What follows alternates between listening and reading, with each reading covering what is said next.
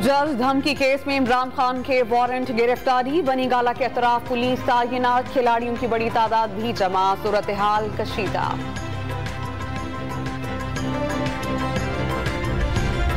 इमरान खान ने फाजिल जज से मुआवजत की थी। फाजिल वकला के ख्याल में मजीद कार्रवाई की कोई गुंजाइश नहीं थी। रहनुमा तहरीक इंसाफ शाह महमूद कुरैशी ने आइंदा के लाहे अमल का फैसला वकला से मुशावरत के बाद ऐलान करने का कह दिया।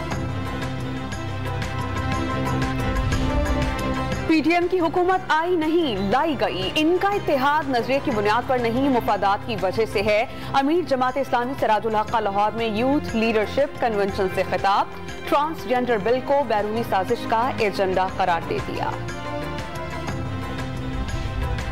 लिया में तेज रफ्तार बस की टक्कर से मोटरसाइकिल सवार मां और 2 बच्चे जाम बहक होने वालों का ताल्लुक भक्कड़ से था।